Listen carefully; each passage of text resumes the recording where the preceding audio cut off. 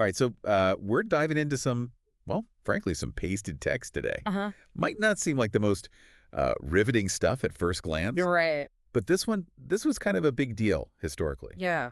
We're talking about Fort Bragg, and And the renaming of it. yeah, exactly, the whole renaming thing. Yeah. So, It's a fascinating story. I mean, when you think about it, it digs into how we as a country really grapple with our past, you know? yeah, absolutely. And Fort Bragg, like a lot of people might not know this, but it was actually named for Braxton Bragg. Braxton Bragg. Okay. Yeah, he was one of the top Confederate generals back in the Civil War. Whoa, wait a minute. So you're telling me we had this major military base, Uh-huh. the symbol of, American power and all that. Right. And it was named after a guy who fought against the U.S. Yeah, I know. It's kind of wild when you think about it like that. That's crazy. How did that even come to be? Well, so it all goes back to 1918. Yeah. This was right after World War I, and the country was really trying to, find a way to kind of heal after the Civil War. Okay. Yeah. There was this big push for, reconciliation, bringing the North and the South back together, Right. And one of the ideas they had was to name these military installations, these bases, Uh-huh. after important figures from both sides, from the North and the South. I And see. it was supposed to be like a symbol of unity. Yeah, I guess that makes sense for the time. But how have things changed? Like, why is this a big deal now? Well, times change. And so do our perspectives. Huh. The legacy of the Confederacy, especially its whole thing with defending slavery, Right. that's come under a lot more scrutiny. Like, a lot more people are really questioning whether it's right to honor these figures. Yeah, right. Makes sense. So what's the new name then? What are they trying to say with this change? Well, they're renaming it to Fort Liberty. Fort Liberty, huh? Yeah. Kind of a shift in the message they're sending. Oh, absolutely. It's like moving away from, a figure tied to the Confederacy Yeah. and more towards these ideals that, a lot of people see as being at the core of what America is about. Fort Liberty. Yeah. You like it. It's got a good ring to it. But I'm guessing not everyone's happy about this. Oh, yeah, you're definitely right about that. I mean, anytime you try to rename something, especially something steeped in history like that, Yeah.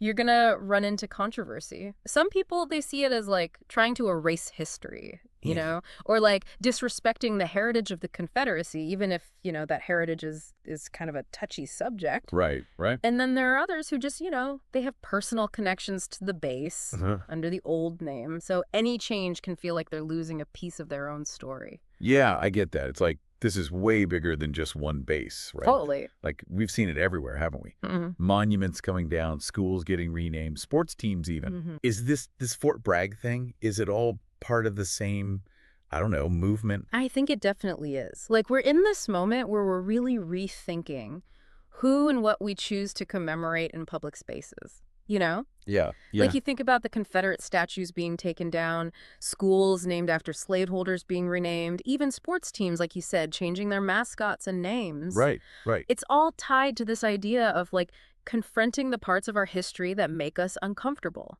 and trying to make our public spaces more inclusive. Okay, so this is like a big societal shift then. Yeah, I think so.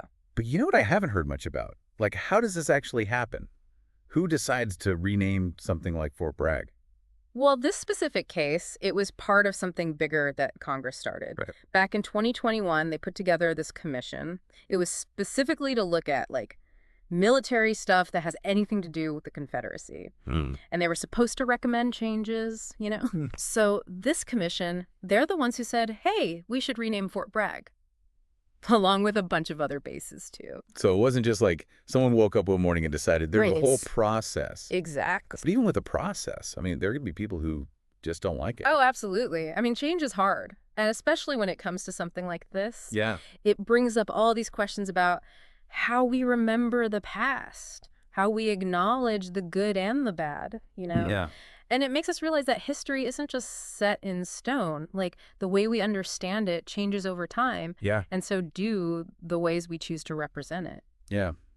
It really is something to think about, huh? For sure. Not just Fort Bragg, but all these conversations we're having about history, about who we are, about who we choose to remember.